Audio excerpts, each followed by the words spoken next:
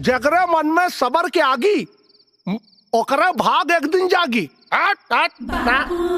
अरे हम हो भुक्कड़ हैं, हम हो दलितदार हैं, लेकिन एकर का मतलब है कि जहाँ मिले छूट वहीं लूट। हाथ हटाओ। अरे सबर रखा तो हनी के राज कराई, गद्दी पे राज कराई। अपना तो गबर गबर ठूसा तारा और एकरी के कहा तारा कि सबर रखा सबर। अरे अपनो सबर रखे होता, 5 को निकाल देला और छठो के ठूस देला। हाँ, अपन तो पूरा जिंदगी में कुल लुटा देला, एकरी के लगे लुटावे के भी कुछ नहीं खेबा। हाँ, जेब में भूजी भांगना और चले लेन आइट के टेंगड़ा यादो कहीं के। अरे दुर्भाग्यवान, गुस्सा काहे हो तारू? इन्हान का सितारा बुलंदा। ये सब राज करिए राज। हाँ राज करिए। हाँ, अभी आपन सपना के ना आगे में झोंक दा, अब कुछ ना होई। काहे? काहे से कि निरहुआ के बिया होता, बिया पूरी तरह खाए के मिले। पगली इन्हान के काहे डाटा थी रे? पहला बात तो ही कि निरहुआ के अपन बिटिया दी के।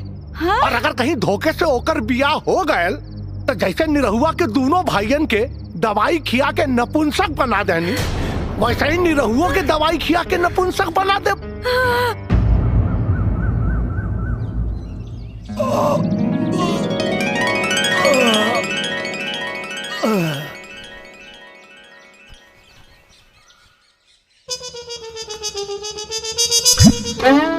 हमारा घर में लड़की के बियाह के मारो, पहलिया के बियाह तो अभी तय नहीं खे भइल।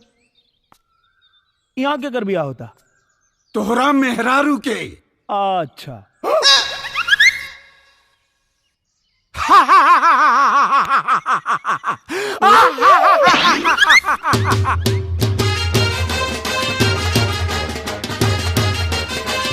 तू हमार दामाद हो गया वाला बड़ा, हम तार ससुर।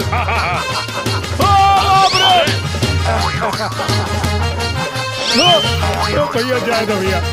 आओ देखा पंडित जी पकड़ा गए।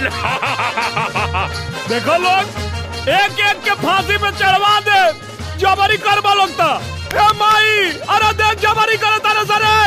ए माँ निमिया की डाल मैया नावेली झूलुआ की झूलिया मैया मोरी गावे।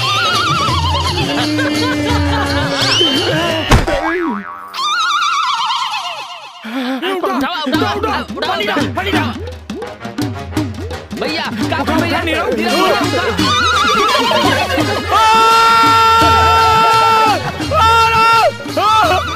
हमरा से जबरदस्ती मत करा लोग, अब जुलूम होता। चला लंडू और न चला। हाँ भाई, अरे बस तो बड़ी ना, ये बुलडोजर से तोर बेटा चपा के मर जाई भाई।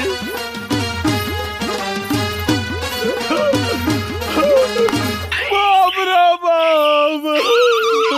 बैठा।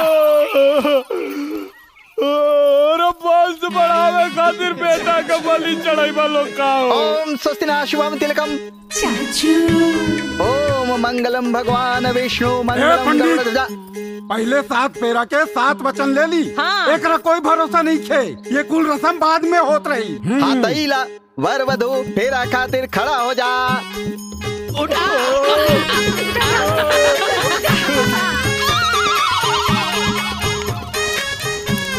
ओम सर्व मंगल मांगल्ये शिवे सर्वार्थ साधिके शरण्ये त्र्यंबके गौरी नारायणी नमस्तुते। ओम गुरुर् ब्रह्मा गुरुर्विष्णु गुरुर्देवो महेश्वरा गुरु साक्षात परम ब्रह्म। अरे चलाओ ना बेटा ठुसकी बान रे, जान चल जाए जान रे। अब पहले कराओ जाके मैदान रे, जान चल जाए जान रे। पंडित मंत्र पढ़ा, बहुत होगा नाटक तोर। ओम विष्णु विष्णु ओम जम्बू दीपे भरत खंडे आर्यावर्ते विवाह कार्य।